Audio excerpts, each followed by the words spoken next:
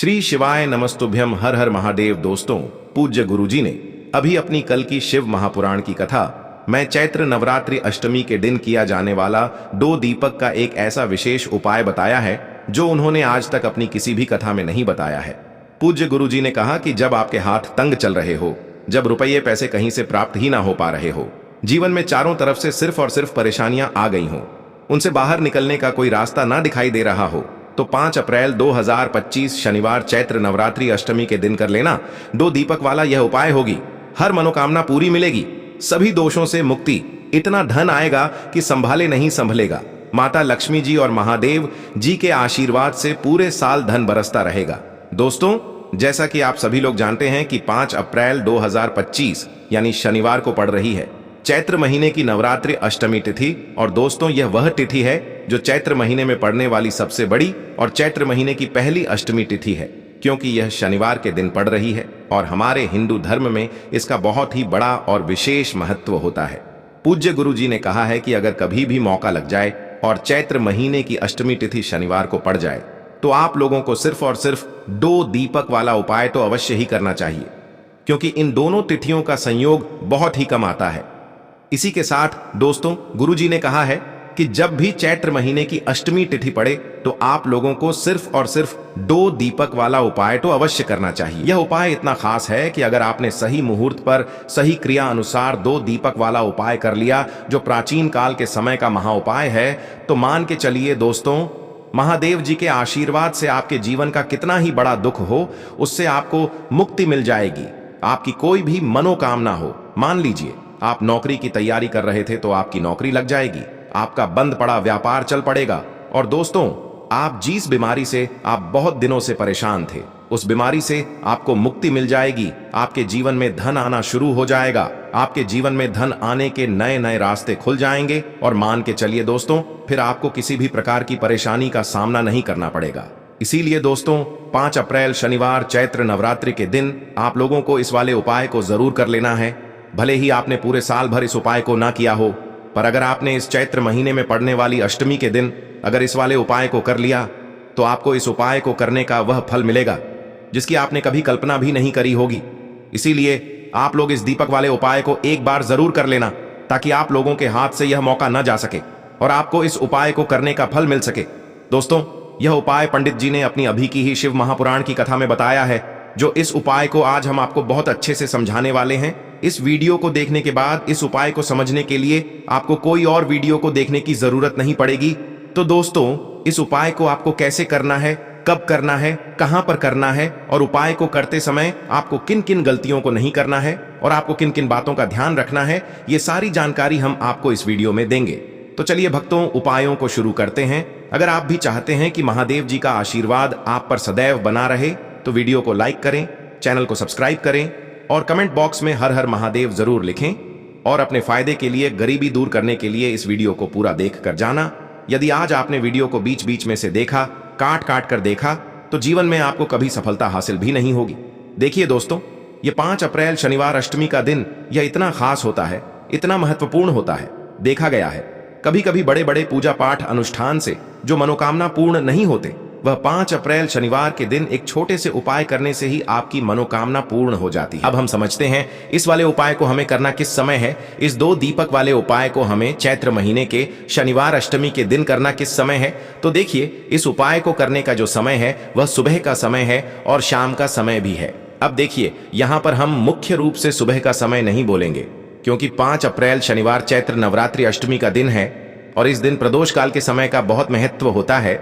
बाकी अगर सुबह के समय भी करेंगे तो भी अच्छा होगा, उसमें कोई भी दिक्कत वाली बात नहीं है।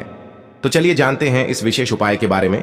लेकिन उससे पहले एक प्रार्थना, अगर आप इस चैनल पर नए हैं तो आप इस वीडियो को लाइक करें, चैनल को सब्सक्राइब करें और कमेंट बॉक्स में आप अपनी राशि या अपना नाम जरूर डाल दें, क्योंकि हम राशि से जुड़ा भाग्य भी बताते हैं और भाग्य में चल रही परेशानियों को दूर करने के लिए वह आसान से आसान उपाय भी बताते हैं। तो चलिए अब हम अपने सबसे पहले उपाय की बात कर लेते हैं। चैत्र मास के दिनों में विशेषकर भगवान शिव और माता पार्वती और विष्णु भगवान का पूजन किया जाता है।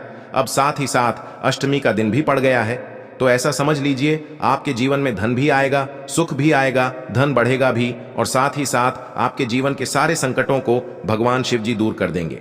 तो चलिए सबसे पहले बात कर लेते हैं सबसे पहले उपाय की, जो कि अष्टमी वाले दिन आपको विशेषकर करना है।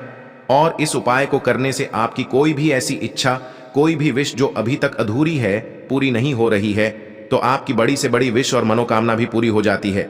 जब आप शनिवार अष्टमी वाले दिन इस पहले उपाय को कर लेते हैं तो देखिए, आप सभी जानते हैं कि श्री हरि विष्णु जो है, उन्हें तुलसी दल सबसे प्रिय है। बिना तुलसी माता के श्री हरि विष्णु अधूरे हैं और बिना तुलसी पत्तों के श्री हरि विष्णु का भोग अधूरा है। अब श्री हरि विष्णु को प्रसन्न करके आप अपनी किसी भी मनोकामना को पूरा कर सकते हैं, क्योंकि श्री हरि विष्णु प्रसन्न हो गए तो आपकी कोई भी विश और इच्छा, मनोकामना अधूरी नहीं रहेंगी। देखिए, हम सभी के घरों में माता तुलसी का पौधा अवश्य ही होता है। तो देखिए, हमें तुलसी जी के पौधे से सबसे पहले तो 3 पत्ते तोड़ने हैं। देखो, एकादशी वाले दिन आपको तुलसी के पत्ते नहीं तोड़ने हैं। तो देखिए, तुलसी जी के आपको 3 पत्ते तोड़ लेने हैं और इन तुलसी जी के पत्तों को तोड़ने के बाद आपको एक चुटकी हल्दी भी अपने साथ में लेनी है। हल्दी के अंदर आपको जल मिलाकर के पेस्ट के रूप में तैयार करना है और इसी के साथ में आपको एक दीपक भी लेना होगा।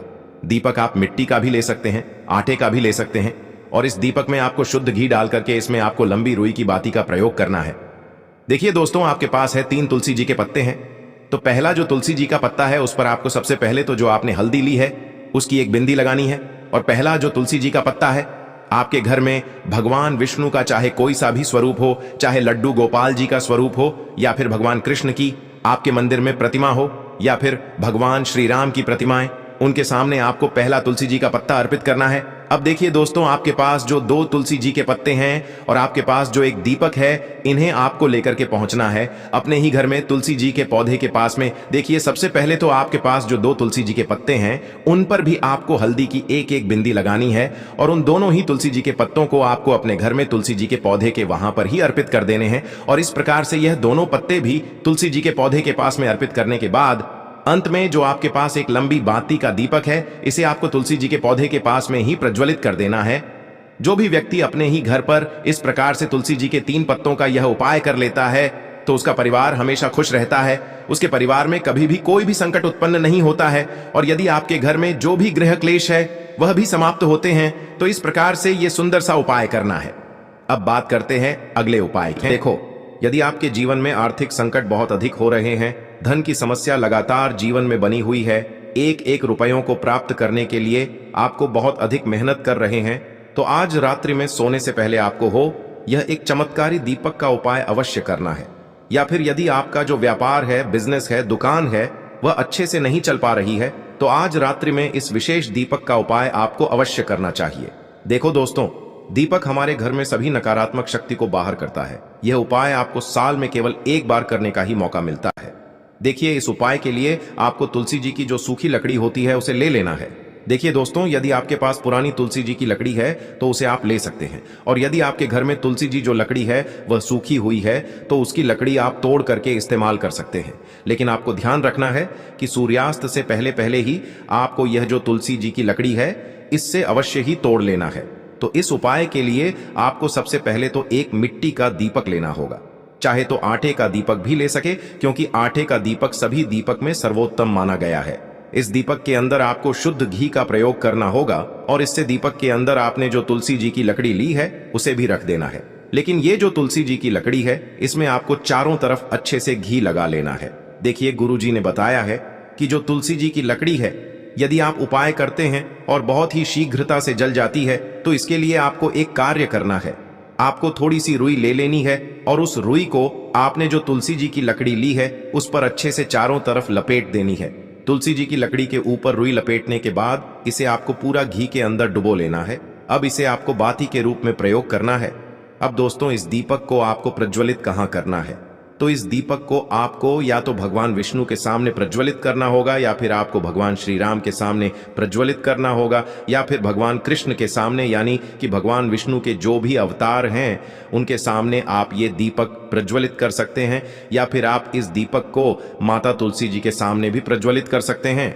पूज्य गुरु जी ने बताया है कि जो भी व्यक्ति इस प्रकार से तुलसी जी की डंडी से यह दीपदान कर देता है, उसके जीवन में कभी भी धन की समस्या नहीं होती है। इसीलिए आपको यह पूरे साल में केवल एक बार ही मौका मिलता है।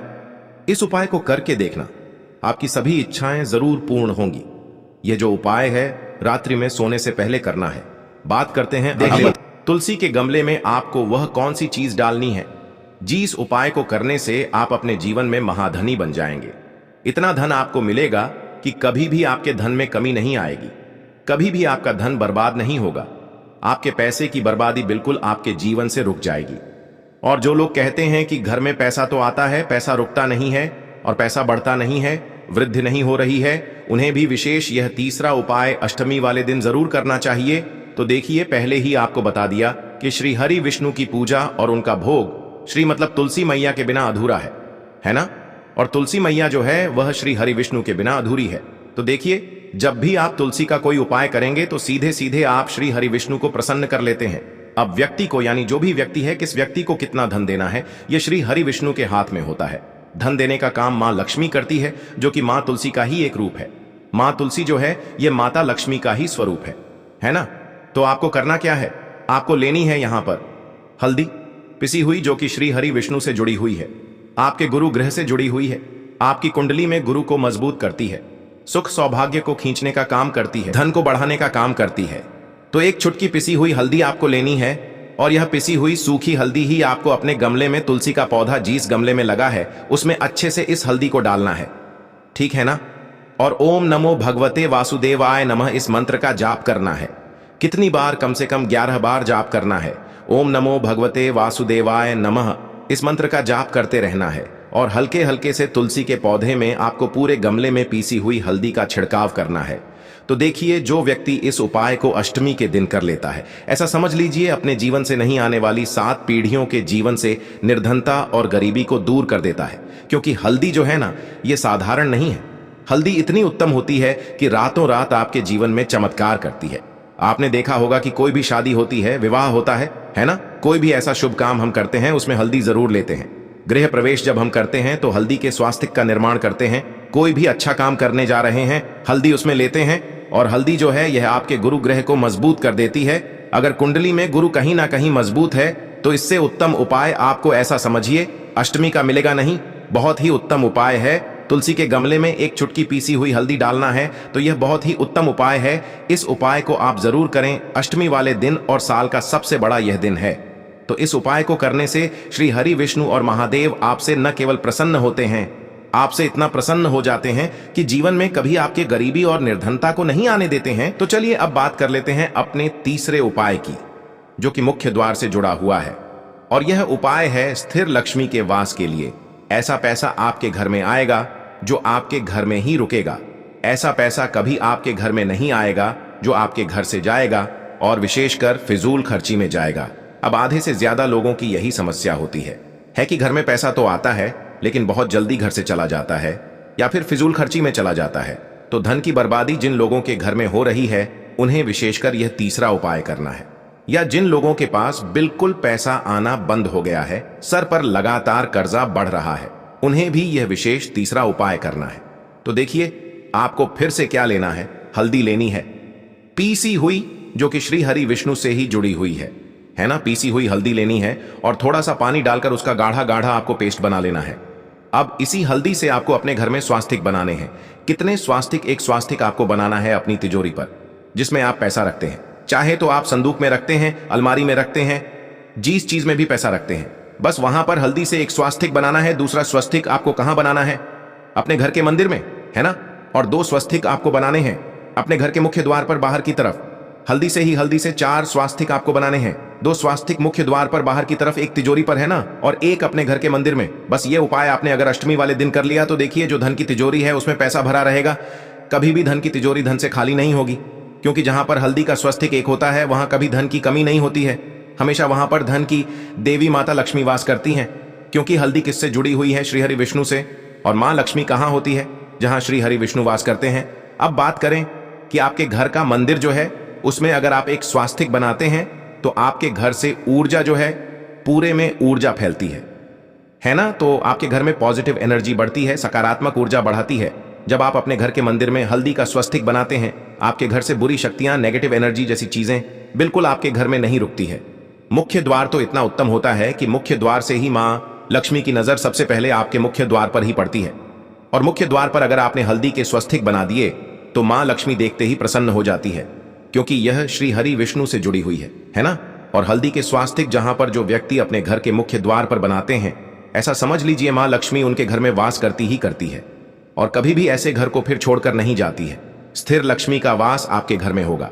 यह हल्दी के स्वास्तिक वाला उपाय अष्टमी के दिन बहुत ही उत्तम है। साथ ही साथ कोशिश करें कि इस दिन गाय माता को हरी घास अवश्य खिलाएं। अगर आपको हमारी ये वीडियो पसंद आई हो तो हमारे इस वीडियो को लाइक करें, चैनल को सब्सक्राइब करें, कमेंट बॉक्स में लिखें हर हर महादेव, जय मां लक्ष्मी। अब बात करते हैं अगले उपाय की। में इस उपाय के लिए सबसे पहले तो आपको मात्र 3 शमी पत्र लेने होंगे। इसी के साथ में आपको मात्र थोड़ा सा शहद लेना है। शहद आप मात्र 1 चम्मच या फिर उससे भी कम लें और इसी के साथ में आपको मात्र एक तांबे के पात्र के अंदर अपने घर से शुद्ध जल लेना है। अब दोस्तों मात्र इन तीनों सामग्रियों को लेकर के सीधे आपको पहुंच जाना होगा भगवान शिव के मंदिर में। देखिए गुरुजी ने बताया है ये वाला उपाय आप सुबह भी कर सकते हैं और शाम के समय में भी कर सकते हैं।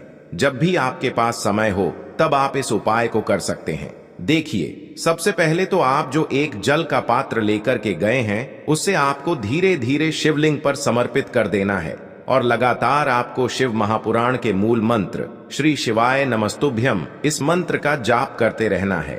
अब दोस्तों आपके पास जो शमी पत्र है, 3 शमी पत्र है, तीनों को आपको उस शहद के अंदर अच्छे से डुबो देना है। यानी कि तीनों शमी पत्र पर आप चारों तरफ अच्छे से शहद का लेपन कर देना है। अब दोस्तों इन शमी पत्रों से आपको भगवान शिव के शिवलिंग का श्रृंगार करना है। यानी कि आपको एक शमी पत्र शिवलिंग के ऊपर रख देना, ये दूसरा शमी पत्र आपको शिवलिंग के दाएं तरफ रख देना है और तीसरा शमी पत्र आपको शिवलिंग के बाएं तरफ चिपका देना है। यह बात हमेशा ध्यान रखना कि डंडी का जो भाग होगा वो जलाधारी की तरफ रहेगा। इस प्रकार से आपको इन तीनों शमी पत्रों से भगवान के शिवलिंग का श्रृंगार करना है और लगातार आपको श्री शिवाय नमस्तुभ्यम या फिर ओम नमः शिवाय इस मंत्र का जाप करते रहना है। उसके बाद में फिर आप जिस भी मनोकामना के लिए उपाय कर रहे हैं, चाहे आप धन की प्राप्ति के लिए ये उपाय कर रहे हैं तो उससे आपको महादेव से परिपूर्ण करने के लिए प्रार्थना कर लेनी है। या फिर यदि आप व्यापार के लिए कर रहे हैं, अपनी नौकरी के लिए इस उपाय को कर रहे हैं या फिर अपने संकटों को समाप्त करने के लिए यह उपाय कर रहे हैं, तो जो भी आपकी मनोकामना है उससे महादेव से परिपूर्ण करने के लिए आपको बोल देना है और फिर आपको वापस अपने घर आ जाना है। पूज्य गुरुजी कहते हैं कि यदि आप इन शमी पत्र से और वो भी शनिवार के दिन शिवलिंग का श्रृंगार करते हैं तो महादेव आपकी जो प्रार्थना है उसे बहुत ही शीघ्रता से स्वीकार करते हैं और आपकी सब मनोकामनाएं पूर्ण होने लगती हैं और महादेव आपकी जिंदगी लेना है एक गोल बाती का दीपक। आप चाहें तो मिट्टी का ले सकते हैं या फिर घर से शुद्ध आटा मढ़कर उसका दीपक आप तैयार कर सकते हैं। इसके बाद आपको लेना है शुद्ध गाय का घी। अगर वो नहीं है तो कोई भी देसी घी इस्तेमाल कर सकते हैं जिससे आपको दीपक प्रज्वलित करना है। देखो अब ये सब सामग्री लेकर आपको जाना है प्रदोष काल में आपके घर पर तुलसी जी के घेरे के पास में। देखो ये उपाय तो आपको अवश्य करना है। देखो वहां पहुंचकर सबसे पहले वो दीपक आपको प्रज्वलित कर देना है और ओम नमो भगवते वासुदेवाय नमः का 11 बार जाप करना है। उसके बाद आपको अपने सीधे हाथ में थोड़ी हल्दी लेकर उस दीपक में अपना नाम और गोत्र बोलते हुए डाल देना है। उसके बाद माता लक्ष्मी से आपको प्रार्थना करना है कि हे महालक्ष्मी हमारी सभी दुख तकलीफों को दूर करो, हे महादेव हमारे सब दुख कष्टों को खत्म करो। इस भावना से